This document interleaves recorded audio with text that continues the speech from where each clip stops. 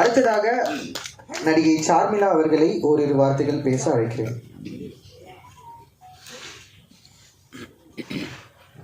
எல்லாருக்கும் வணக்கம். இங்கே வந்திருக்க செலிபிரிட்டிஸ், டிக்னிட்ரிஸ் அந்த ஸ்டேஜ் எல்லாமே பொலிட்டிக்கல் லெவலில் வந்து எங்களை என்கரேஜ் பண்ண வந்து எல்லாருக்குமே ரொம்ப ரொம்ப நன்றி. ஸ்பெஷல் வணக்கங்கள் உங்களுக்கு. அதே மாதிரி இன்றைக்கி நான் இங்கே நிற்கிறேன்னா அதுக்கு காரணம் என்னுடைய நண்பர்களான மீடியா பீப்புள் நீங்கள் எல்லோரும் தான். ஏன்னா நான் புதுசாக வந்த போது அட்டை படத்துலையும் சரி எல்லாத்துலேயும் சரி இந்த பின்னப் வரும் ஸ்னாப் எல்லாத்துலேயும் போட்டு என்னை என்கரேஜ் பண்ணீங்க. அதே மாதிரி இன்றைக்கி வந்திருக்க இந்த மலையாள டீமையும் நீங்கள் என்கரேஜ் பண்ணணும்னு நான் கேட்டுக்கொள்கிறேன். ஏன்னா நீங்கள் நினச்சா தான் உண்டு. கடவுளால் மனுஷங்களுக்கு விதி எழுத முடியும். ஆனால் பத்திரிகையாளர் உங்களால் ஒரு டெக்னீஷியனுக்கோ ஒரு நடிகர் நடிகைக்கோ விதிகளை எழுத முடியும், மாற்றி எழுத முடியும்.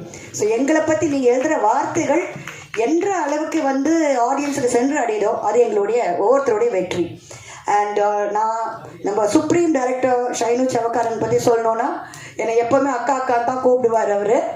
அண்ட் அவரை பற்றி என்ன சொல்லணும், அந்த சுப்ரீம் டைரக்டர்னு எப்படி அவரை சொல்கிறாங்கன்னு கேட்டிங்கன்னா, எனக்கு தெரிஞ்ச பெரிய பெரிய லெவல் டைரக்டர்ஸோடு நான் ஒர்க் பண்ணுறேங்க. நான் பேர்களை மென்ஷன் பண்ண விருப்பப்படல.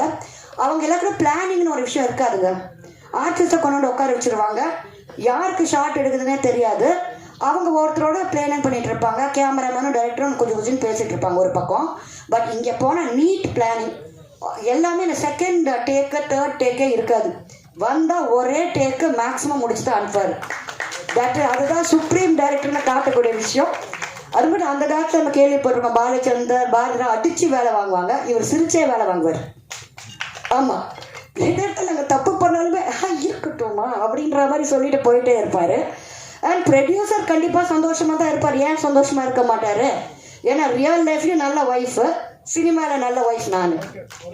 அதனால அவர் நிச்சயமாக சந்தோஷமாக தான் இருப்பார்.